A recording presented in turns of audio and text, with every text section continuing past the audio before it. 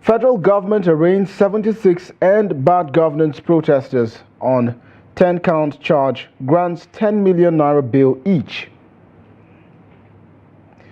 Bandits kill over 20 passengers in Niger. Rivers NLC threatens strike over ruling on financial allocation. And on the international scene, Botswana opposition wins election in historic turnaround. A very good evening and welcome to the News Hour on Trust Television. My name is Sankir Ibrahim. And now to details. Justice Obiora Egwatu of the Federal High Court sitting in Abuja has granted bail of 10 million naira each to 67 minors out of the 76 arraigned for participating in the August 2024 End Bad Governance protests. The suspects are facing a 10-count charge bordering on alleged treason and conspiracy to commit felony with intent to destabilize Nigeria, which is contrary to Section 96 and punishable under Section 97 of the Penal Code. Those granted bail who are below 15 years old are expected to present one surety who must be a civil servant. Here's the report. Justice Obiora Egwatu of the Federal High Court Abuja on Friday admitted 114 End Bad Governance protesters to bail in the sum of 10 million naira each. Justice Egwatu admitted the defendants, including some underage persons, to bail shortly after they pleaded not guilty to their respective charges preferred against them by the Inspector General of Police. The defendants were alleged to have attacked and injured police officers in Borno police stations, a High Court complex, the NCC complex, the National Communications Commission complex, the Kaduna Investment and Promotions Agency office, and the National Union of Road Transport Workers office. 2 weeks ago, parents of the youth arrested during the End Bad Governance protest gathered at the Kano State House of Assembly, demanding justice and the immediate release of their children.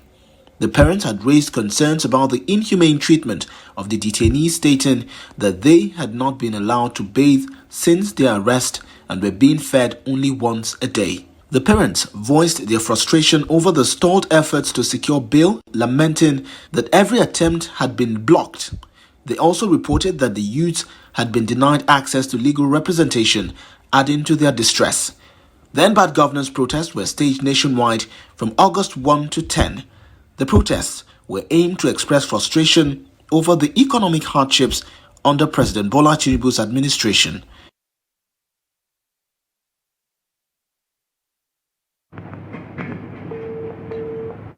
And moving on now, the Federal High Court sitting in Lagos on Friday ordered the final forfeiture of the sum of $2.045 million, 7 choice landed properties and share certificates linked to former governor of the Central Bank of Nigeria, Godwin Emefiele.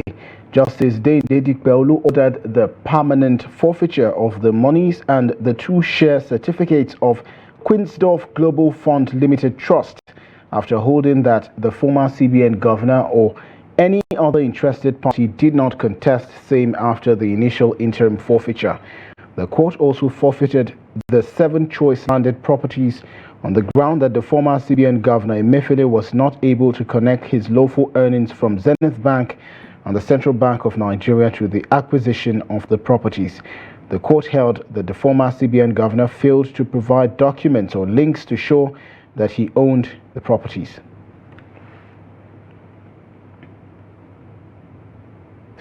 Meanwhile, social media critic Martins Otte, aka VeryDarkMan, has been granted bail in the sum of 2 million naira with 2 shorties in like sum.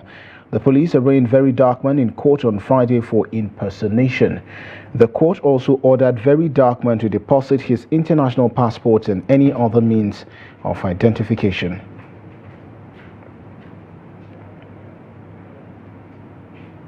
Meanwhile, no fewer than 20 passengers have been reportedly kidnapped on Mariga Kontagora Road in Niger State. The Speaker of the Niger State House of Assembly, who also represents Mariga constituency in the Assembly, Abdul Malik Sarkindaji, made this known in an interview with journalists in Mina. He said the incident happened on Thursday when bandits blocked Mariga Kontagora Road between Baban Lamba and Beri.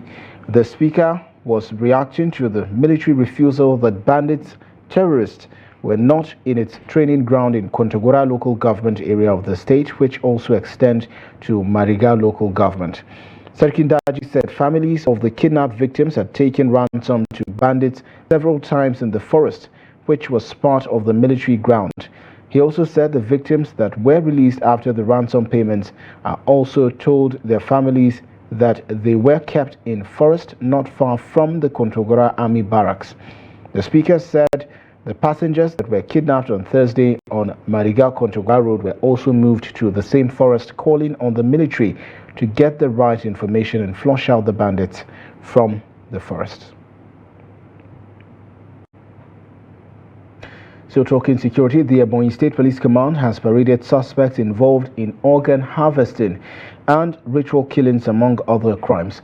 While parading the suspects at the State Police Headquarters in Abakaliki, the state capital, the Police Public Relations Officer Joshua Ukandu highlighted the successes recorded by the command. He noted that the command under the leadership of CP Antonia Uchianya has employed strategic steps through increased engagement with stakeholders help bring crime to the barest minimum. She noted that the operatives of the command are not relenting in their efforts to ensure the safety and security of residents in the state. She noted that during the month under review, the command had arrested 177 suspects for various offenses. Also, the Nigerian Chief of Defense Staff, General Christopher Musa, has called on the military high command to work as a team to secure the country peacefully. The defense chief made the call during the formal taking over ceremony of the newly appointed acting chief of army staff, Major General Olufemi Oluyede, in Abuja, Nigeria's capital. Here's details. The CDS noted that it is unprecedented to have an acting chief of army staff when there is a substantive chief of army staff who unfortunately is indisposed.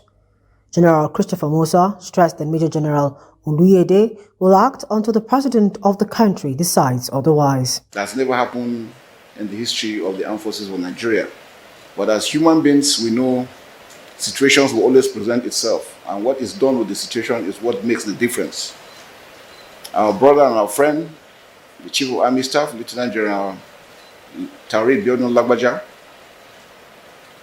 went on his leave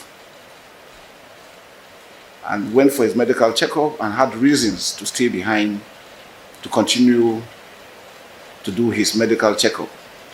It is our prayers that he will get better, fit enough to resume back as the Chief of Army Staff.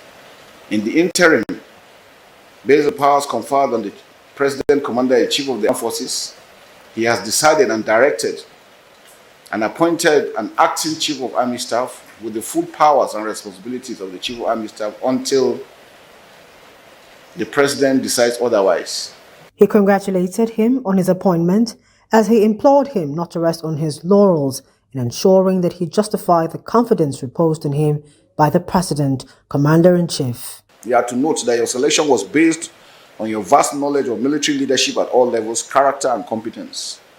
You are a member of a larger team of professional soldiers who are saddled with the responsibility of defending the territorial integrity of the Federal Republic of Nigeria by land, sea, and air as captured in our Constitution.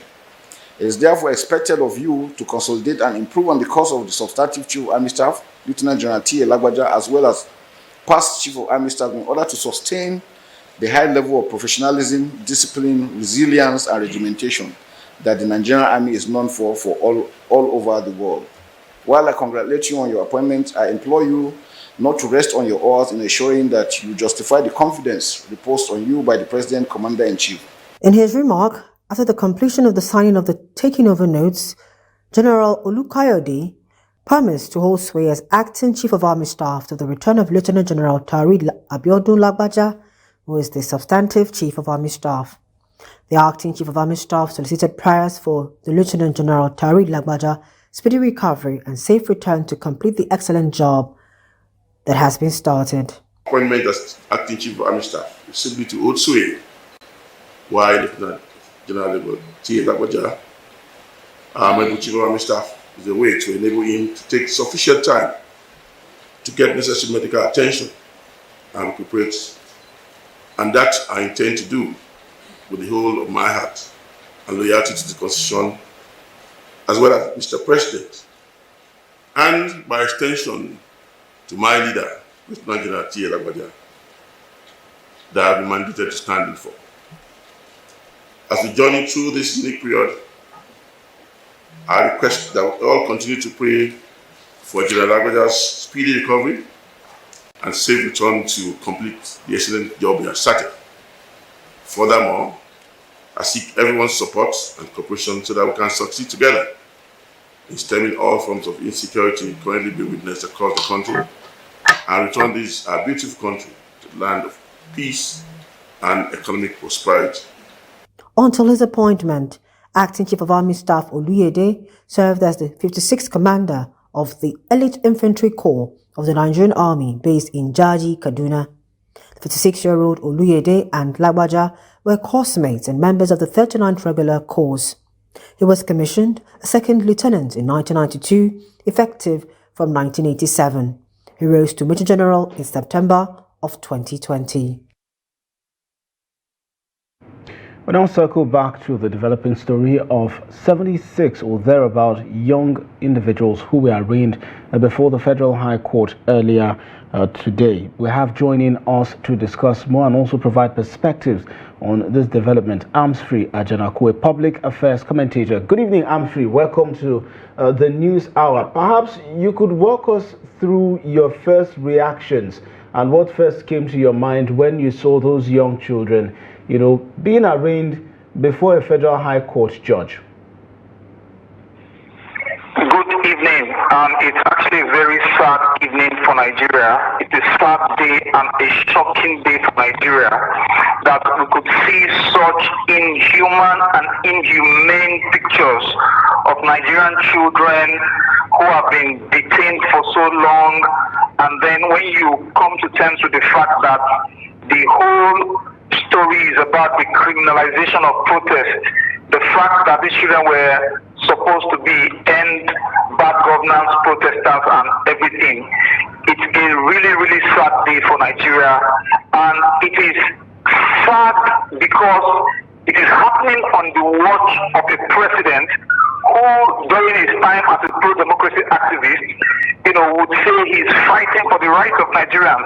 And so if the rights of Nigerian children are being violated so brazenly, like we have seen today, it's something that is condemnable, and no Nigerians should sleep well tonight with those pictures we saw. It's even beyond sentiment, even talking about the laws of the land. No Nigerian that has the interest of this country at heart and believes in the future of this country would go to bed sleeping well today, because in fact, those pictures we saw from the court of those minors, some of them malnourished, they cannot even stand. I can say it without any fear of equivocation that the criminal justice system, the justice system of Nigeria has murdered sleep tonight. They have, the whole criminal justice system of Nigeria is on trial tonight, and that is what we saw out there in the courts. But talking about the criminal justice system being on trial, and especially considering the fact that it's seeming like to a lot of Nigerians, the picture that is being painted it's looking like it's a crime to protest, especially against bad governance in Nigeria. Perhaps you can tell us some of the ways that the government can course correct in order to, correct this narrative, or to do right by Nigerians to ensure that this is not taken out of context as much as the situation is already deteriorating. Protest is not a crime, and protest will never be a crime. Protest is not even an offense. It's not an infraction on any of the laws of the land. And we can all we want go through the statute books. There is nowhere where it says that citizens who are dissatisfied with governance, who are dissatisfied with anything that it's about the public affair or the public will, cannot come out and get their voices heard.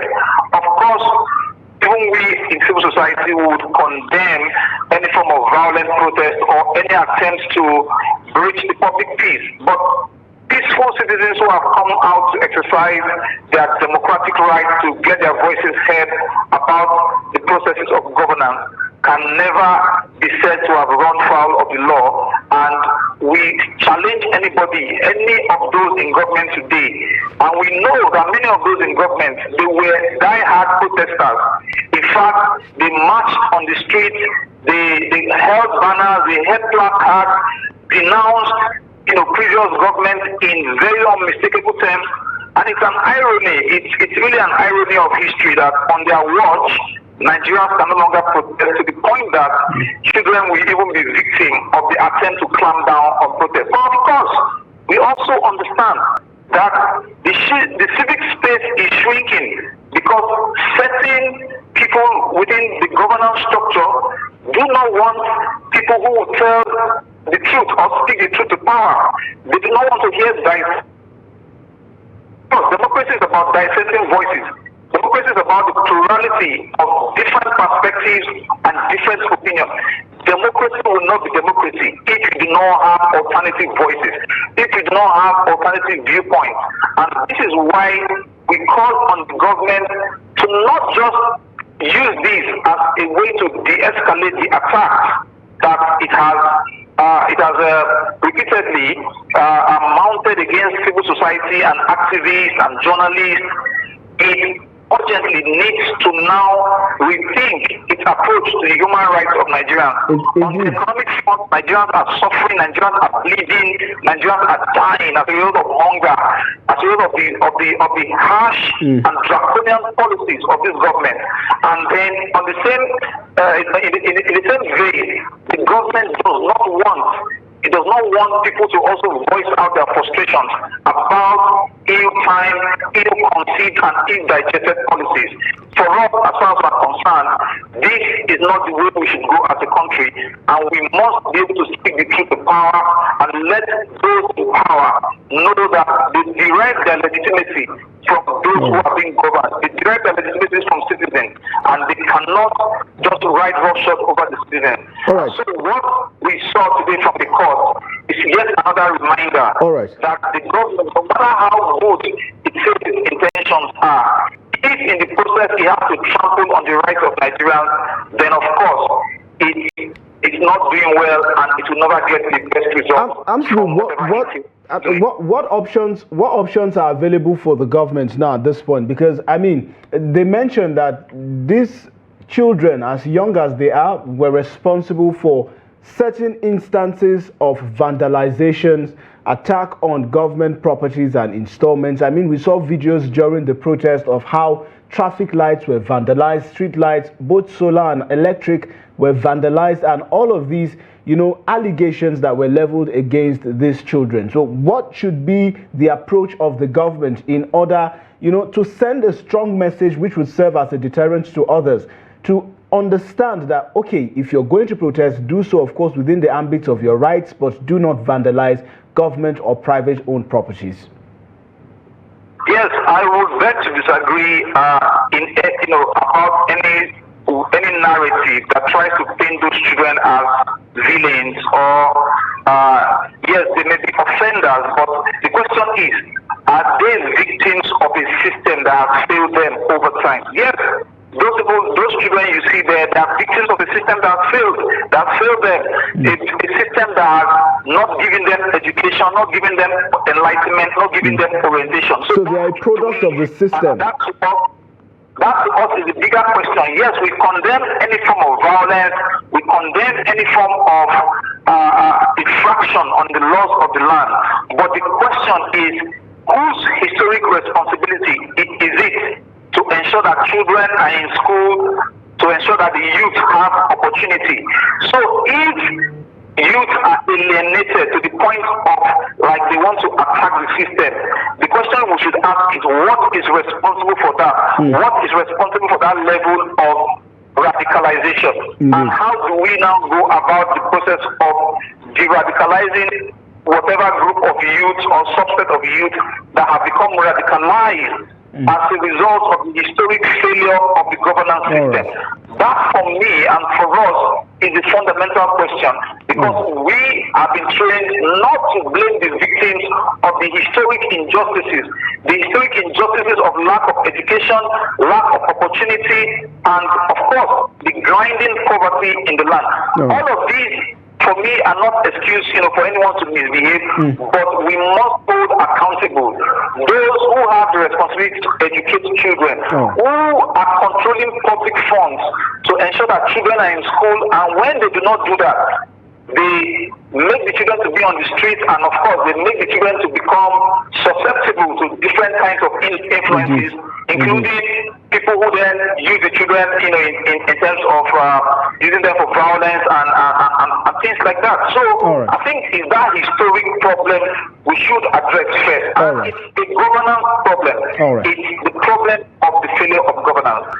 So in terms of the options conclusively, of course, we believe strongly that the government should immediately facilitate the release of those children, and then give them psychosocial support, and then if you don't want to put them through a process of reintegrating them back into society, it's the responsibility of the government. And of course, there are civil society organizations that are willing to partner with the government in that regard. But first and foremost, protest is not criminal, and protest is the right of every Nigerian. And there has to be evidence to the contrary, that those guys were not just protesting, they were doing other things that were not okay for them to be treated.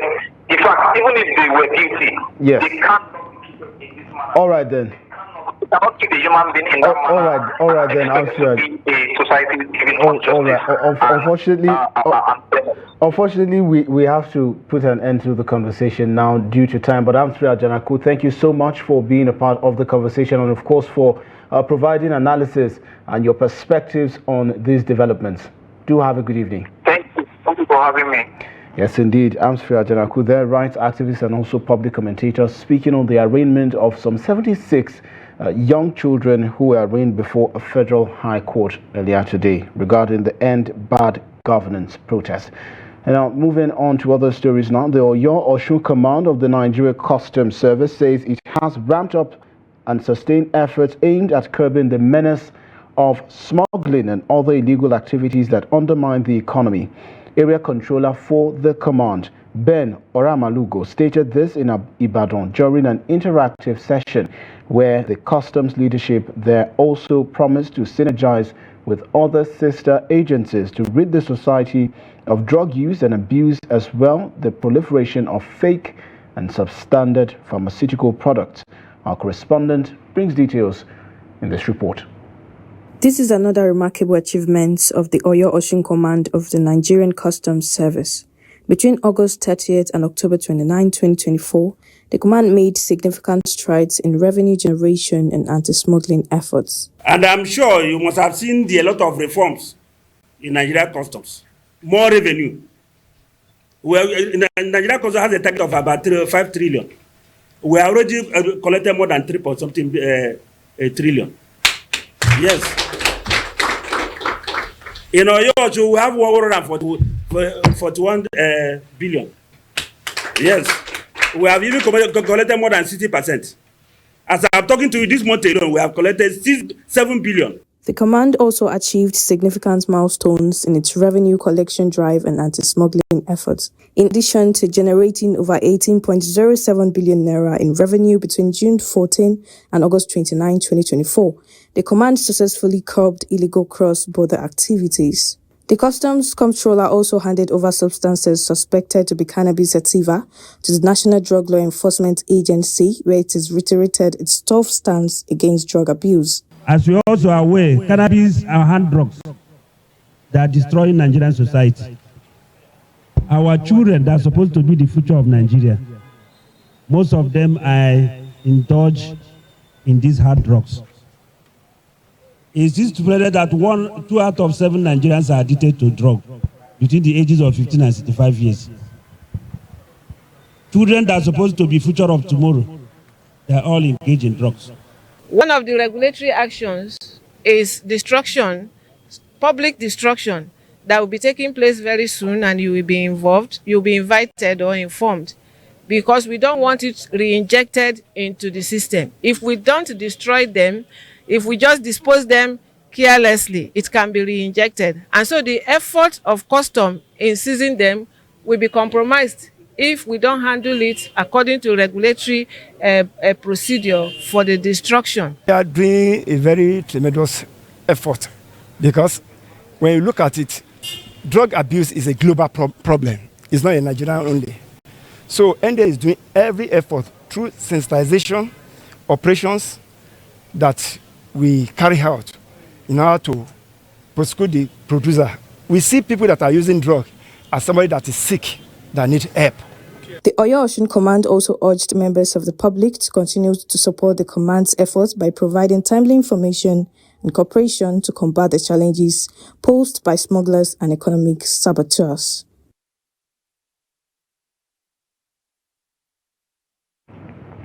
And amid the controversy trailing the tax reform bills, President Bola Tinubu said the document should not be withdrawn from the National Assembly.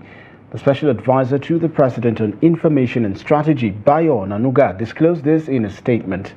He rather explained that the bill should go through the legislative process. The Nigerian leader also commended the National Economic Council members, especially Vice President Kashim Shettima, and the 36 state governors for their advice.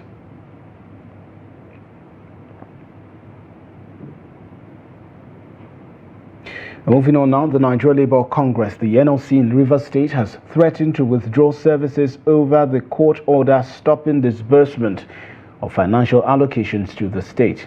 On Wednesday, Federal High Court in Abuja restrained the Central Bank of Nigeria from further disbursing financial allocations to the Rivers State government. The court held that monies from the Federation account should not be released to the state pending the passage of a Lawful Appropriation Act by a validly constituted House of Assembly. Speaking with journalists after an emergency meeting with Labour leaders in the state, Alex Agwanwo, Rivers NLC chairman, said the union condemns the judgment. He added that the judge did not take the citizens and workers of Rivers State into consideration before issuing the ruling. Moving on to other stories now, the House of Representatives has expressed concerns over the life-threatening state of the Suleja-Lambata-Bida Road in Niger State and called for immediate action on the part of the Federal Ministry of Works and the Federal Road Maintenance Agency. The House urged the federal agencies to immediately deploy resources to complement the efforts of Niger State government, which has so far constituted a task force to alleviate the situation and restore the free flow of traffic. This followed a resolution at plenary arising from a motion of urgent public importance sponsored by the 10 lawmakers from Niger State led by Seidu Musa Abdullahi. The House wants the Ministry of Works to conduct an emergency assessment of the condition of the road, engage the contractor handling the project, ascertain reasons for delay in execution in a bid to proffer long-term solutions to prevent future occurrences. They also want the ministry to collaborate with relevant stakeholders, including the Niger State government, security agencies, and transport unions, to ensure sustained, effective traffic management. The current situation has resulted in huge losses in valuable man-hours, impacted negatively on perishable goods, especially agricultural produce, posing severe implications on the economy of the nation, and has also heightened the risk of accident, and has made the area prone to criminal activities, thereby compromising the safety of commuters and residents alike. Also worried that road users have been subjected to hunger, poor health condition, and untold hardship due to their inability to access quality food, healthcare, and transport themselves and goods effectively. Disturbed that reports from credible sources indicated that a corpse was discovered abandoned along this alternative route yesterday. Also disturbed that this ugly situation poses a serious threat to national security and the well-being of Nigerian citizens. Acknowledge that the federal government awarded the contract for the reconstruction and dualization of the first phase of this vital road since 2010. Meanwhile, Speaker of the House of Representatives Tajuddin Abbas has raised concern over Nigeria's high malnutrition rates, particularly affecting children. and hindering physical and cognitive development, educational growth, and economic potential. Speaking at the launch of the local organizing committee for the National Assembly Summit on Nutrition and Food Security in Abuja, Abbas emphasized the need for legislative action to address food insecurity and malnutrition, which threatens Nigeria's economic stability and public health. Represented by Deputy Speaker Benjamin Kalu, Abbas pledged the House's support for collaborative efforts with state assemblies to tackle these challenges. Committee Chair Chike Okafo highlighted that malnutrition, especially in northern Nigeria, has worsened, spiking by 51% among children and aggravated by recent flood disrupting food supplies. He stressed the summit's role in shaping policies to address this humanitarian crisis and strengthen Nigeria's nutrition and food security. Today, Nigeria has one of the highest rates of malnutrition in sub-Saharan Africa, affecting children, affecting adolescents, affecting adults alike. It's a crisis that requires bold, immediate action and sustainable long-term solutions. Malnutrition, in particular, has devastating effects on the most vulnerable members of our society, especially children. Lack of proper nutrition during the critical stages of growth stunts physical and cognitive development, setting a trajectory of reduced academic achievement, lower earning potential, and increased susceptibility to health issues. The impact of these disasters on the nutritional well-being of our populace cannot be overstated. Given these challenges and the urgency that they demand, it is imperative that we unite to address the underlying causes of malnutrition and food insecurity in our country. This national summit will present a pivotal opportunity for us to not only assess the current state of nutrition and food security in Nigeria, but also to craft comprehensive strategies and policies that will safeguard the well-being of our citizens, particularly our vulnerable children, from a legislative standpoint.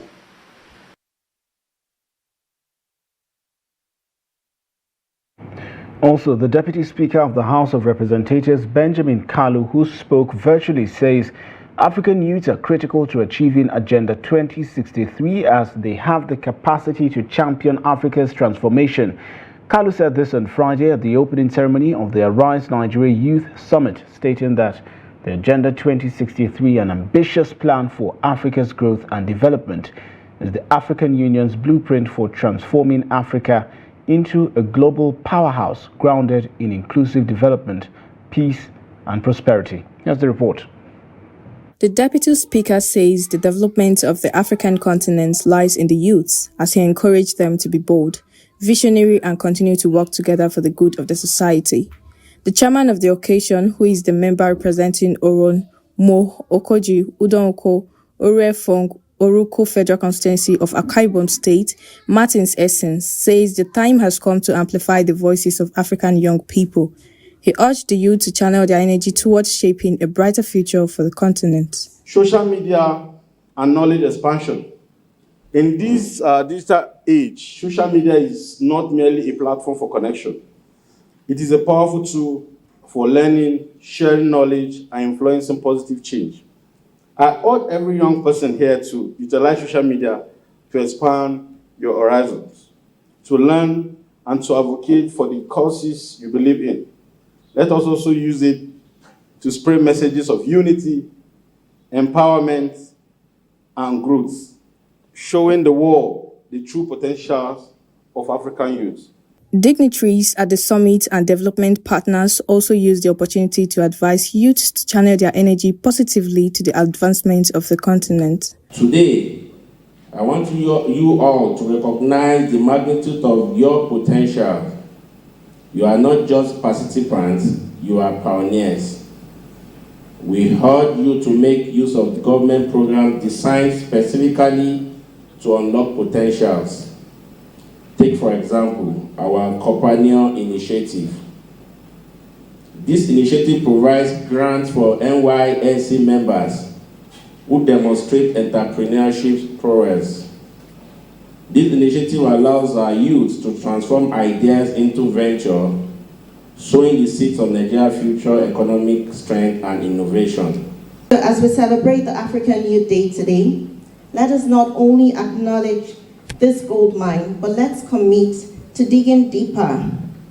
Let us commit to working together as mentors, as partners, as investors, and advocates.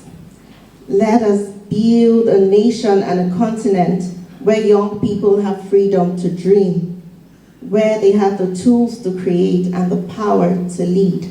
The event also featured the unveiling of a book titled Listening to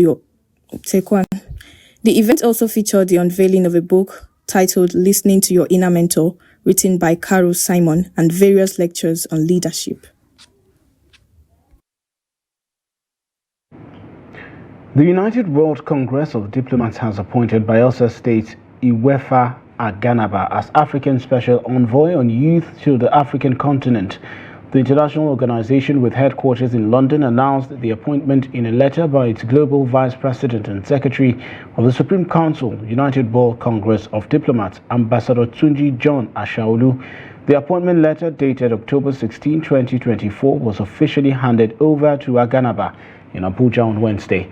Prince Iwefa Aganaba, who is currently the Commonwealth Youth Ambassador, will, as African Special Envoy on Youth, play a vital role in promoting youth development across 5 regions of Africa. The United World Congress of Diplomats brings together the world's diplomats to foster harmony amongst nations in pursuit of global peace and development. It provides quality mediation and intervention across nations to enhance world peace. Now, herbs are beneficial for the body, contributing to its overall health and maintenance. However, the methods of preparation and consumption varies, and despite its ancient origins, herbs and roots medicine remain a significant source of income for many in our society today. That's the report. Agbo is a traditional herbal medicine that have been practiced since the time of our forefathers. It is derived from various plants and leaves. This herbal traditional medicine is divided into several forms, such as herbalism, divination, and spiritualism. Herbalism, according to herbal practitioners, involves the use of various herbs and leaves to treat different diseases and support human health. Our grandfather was a practitioner. My father is a practitioner. And I still grew up to practice the same business, let me call it. And as far as I can know, when I begin to practice independently, could be running to 40 years now. And when I say 40 years, I mean when I left home for only this practice, and I make my living through this practice of herbal medications. This one now, together with this, is for a child that does not work well, maybe a lazy type child. A child that used reach 2 or 1 years plus and cannot walk. So this is the one we can use for that child. This one I'm holding, you will boil it.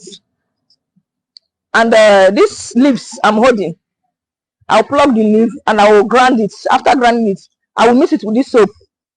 They will be using it to bath the child. Of specialization, talking about bone disease, blood disease, and vein disease. So, and this, some persons might call the vein disease rheumatism and arthritis. You can relate both to either bone disease or vein disease. But anything that has to do with your vein, your bone, and your blood is what I in particular deal with. Despite advancements in modern medicine, many in our society today still believe and prefer to use herbal remedies for their ailments. Other herbal practitioners speak on how they are solving social problems with herbs. I inherited from my dad because it's our family's work. My father inherited from his own mother. So I was born inside it. I was born into herbs and roots, and I've been into it like this. Like I should not exaggerate. Like 20 years. So the herbal medicine is very good. It's powerful. So that is the only important thing I want to try to tell you. Any person, if you are giving the person medicine now, give am the time when the medicine will start to work. So all the medicine, our medicine now, so it don't dey okay. Maybe say this one no, everything don't change. This is Ibas that works for typhoid and malaria.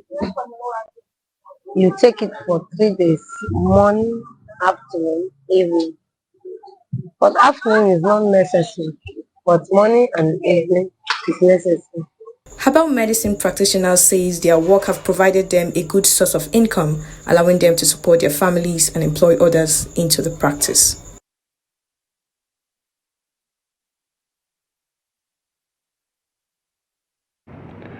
The Nigeria Chief of Army Staff has said it will continue to sustain the use of non-kinetic approach to ensure terrorists surrender and embrace peace. The Army stated just during a scholarship award worth 2.5 million naira to Bukar Nana Fatima at the Theatre Command, Memalari Cantonment, Maiduguri. The Chief of Army Staff award, according to the Theatre Commander of Hatin Kai, seeks to promote education and development of humanity. The Theatre Commander of Operation Hatin Kai, Major General Waidi Shoaibu, said it was initiated to serve as a foundation for establishing peace with the empowering deserving students who have demonstrated academic commitment. The initiative forms part of our non-kinetic approach to achieving lasting peace in the Northeast region and winning the hearts and minds of the people, especially the youths who represent the future of this great nation. The Nigerian Army, through this scholarship program, is dedicated not only to defending and protecting our territorial integrity, but also to empowering and educating our youth, especially those facing severe financial difficulties. Through this opportunity, we hope to see Ms. Nana Fatima excel in her academic journey and become an agent of positive change, not only within our community, but across the state and the nation at large. I am honored to receive the Chief of Army Staff Special Scholarship Award Scheme. I thank Almighty Allah for this opportunity and also thank the Chief of Army Staff and the Commander of the Joint Task Force Operation Hatin Kai for counting me worthy as the recipient of this award. I promise to excel in my Islamic Sharia law studies at the University of Maiduguri and also committed to making my family and the people of Borno State proud. And also, the Borno State government has reiterated its commitment to reduce the rate of out-of-school children and provide access to education to children displaced by the flood. The Commissioner for Information and Internal Security, Usman Tar, stated this during an official visit of Street Child Organization for an education intervention project for flood-displaced children and those affected by the insurgency conflict. Tar said the state government has put in place policies and programs to address out-of-school children and homeless children and is willing to partner with stakeholders to stem the rising number of out-of-school children. The project, invested in 4 African countries and worth $12.5 million, targets 42,000 children in Borno in the areas of education, psychosocial support, care, and de-radicalization. We are happy that our global partners, in this case the Street Children International, they are here to support us on the issue of out-of-school children. What they had, I can see that they want to look into the issue of enrollment. They also want to look into the issue of de-radicalization, catching children young before they get radicalized by insurgents and by terrorist organizations. These and many more areas are areas that we are also interested in as a state government. We are happy with that. But I know there are more than 500,000 children who are out of school and who need care, who want to be safe, who want education, and we're here to help and to try and learn something about their different needs in what is a very challenging context. I've heard about the floods in September and the damage that the floods caused. I know about the insurgency and how that has interrupted the education of many of the children. And still in the northeast, the Niger State Investment Promotion and Public-Private Partnership Coordination Unit (ADIPA) is facilitating collaboration between investors and lenders to enhance business relations for the benefit of the state. ADIPA organized a roundtable discussion aimed at addressing the knowledge gap that hinders the growth of businesses and injecting new ideas on how to access resources through legitimate means. Trust TV's Gibson Swadigo brings details. Investors, lenders, and the Niger State Investment Promotion and Public-Private Partnership Coordination Unit on the round table discussing how to move their businesses forward. We hardly add value to what we produce. This was facilitated by the Niger State Investment Promotion and Public-Private Partnership Coordination Unit. Project Coordinator of ADIPA, Halilu Malabo, explained that the meeting was called in response to a request from existing investors seeking to scale up their businesses. Malabo emphasized that as a government unit responsible for promoting public-private partnerships, they recognize the need to bridge this gap by facilitating interaction among stakeholders to promote mutual interest for the betterment of the state. Some lenders too, some banks or financial institutions have funds dedicated for some investors, but awareness, knowledge, there is knowledge gap.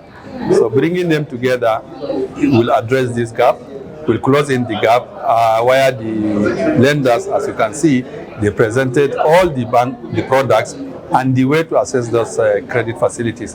And the lender, the investors listen to them as customers or prospective customers, ask questions, ask clarifications, and you can see everybody is now happy. The lenders and the investors praised the opportunity provided by the state government to connect them, stating that it will facilitate better business relationship. They commended ADIPA for establishing a valuable platform that will serve the state and its residents. It's an opportunity that was provided by the state government to enable stakeholders meet with the lenders, the investors and the lenders, an opportunity to collaborate and then to see how the economy of the state can be pushed to a higher level.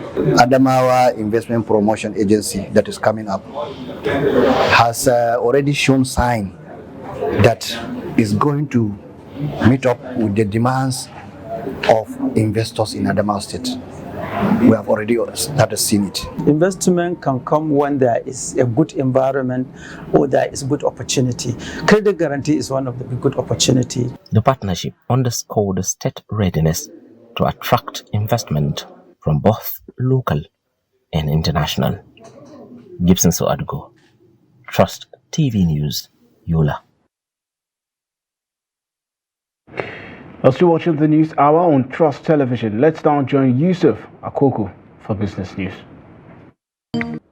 The Nigerian government has set January 20, 2025 as a deadline for the kickoff of the $5 billion Africa Energy Bank in Abuja, the nation's capital. A Nigerian delegation led by Ambassador Nicholas Ella, the Permanent Secretary, Ministry of Petroleum Resources, and the Executive Board member representing Nigeria at the African Petroleum Producers Organization, APO, made a disclosure at the 19th Executive Board meeting of the organization in Yaoundé, Cameroon. Ambassador Ella, in a statement issued on Friday by the Federal Ministry of Petroleum Resources, reiterated Nigeria's commitment to the ideas of APO and the immediate setting up of the Energy Bank, which aimed to bridge financial gaps in the continent's oil and gas industry. Nigeria in July 2024 was declared the winner of the hosting right for the establishment of the Africa Energy Bank headquarters after it competed with Ghana, Algeria, South Africa, and the Republic of Benin. Fertilizer subsidy and microfarming has been identified as a way to reduce the rising cost of healthy diets in Nigeria.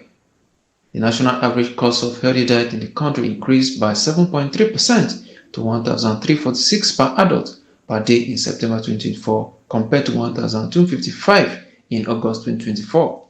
This was reviewed in a September report by the National Bureau of Statistics (NBS). Agricultural experts and economists say subsidizing the cost of fertilizers and adopting microfarming will not only address the rising costs but also improve food production, reduce food imports, and make healthy diets more affordable. The National President of All Farmers Association of Nigeria, AFAN, Kabir Ibrahim said the short-term decline of food inflation may be attributed to the stopgap importation of some items to cushion the inflationary trend, noting, however, that Nigerians are yet to see any remarkable drop in the cost of food. And that's business. I am Yusuf Akogu.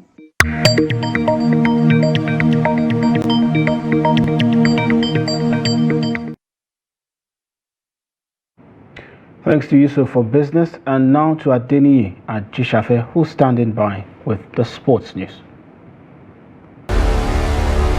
The third annual cycling competition set to welcome over 150 cyclists across Nigeria on 2nd November 2024 is set for action along the scenic airport road in Alakia, Ibadan, Oyo State. The competition showcases remarkable age diversity, featuring 5 categories ranging from toddlers to adults, to ensure equal opportunities for cyclists at all levels. Conveners Adebayo Olawale Samsi said the purpose of this event is to nurture and showcase young cyclists from rural areas, providing them an opportunity to reach their full potentials, highlighting the event's focus on cycling grassroots development. The competition is beyond just sport, incorporating educational incentives through its prize structure, with certificates of participation recognizing their commitment to cycling sport development. And in wrestling, all is now set for the third edition of Governor Diri Wrestling Classics in Yenagua, Bayelsa State on 3rd to 10th November 2024.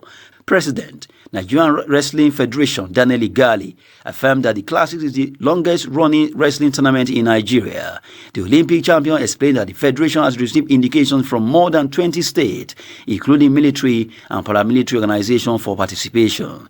Igali highlighted that the 2024 edition will see improved package compared to previous ones. The third Wrestling Classic will feature freestyle, Greco-Roman female styles, and senior wrestling. The freestyle and Greco-Roman will have 10 weight classes with an inclusion of 5 junior and cadet classes, making it a total of 45 weight classes. More than 750 wrestlers, 80 coaches and 50 officials across Nigeria, as well as military and paramilitary groups, will compete for glory. That's Sport News. I'm Adeni Ajishafe. And the stories outside the shores of Nigeria, Botswana's opposition umbrella for democratic change, UDC, has won a majority in parliament and can form the next government. The Electoral Commission announced Friday, marking a historic defeat for the party that had governed the diamond-rich country for nearly 6 decades. Outgoing President Mokwetsi Masisi conceded defeat in Wednesday's general election and said his administration would begin handing over the reins of government in the next few days.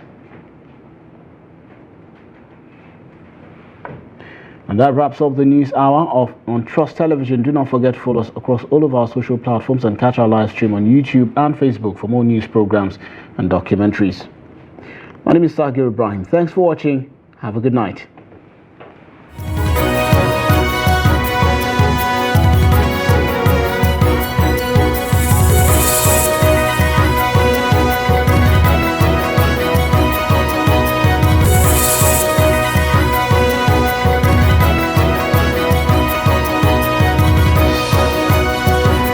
From the Daily Trust News Center, this is the News Hour.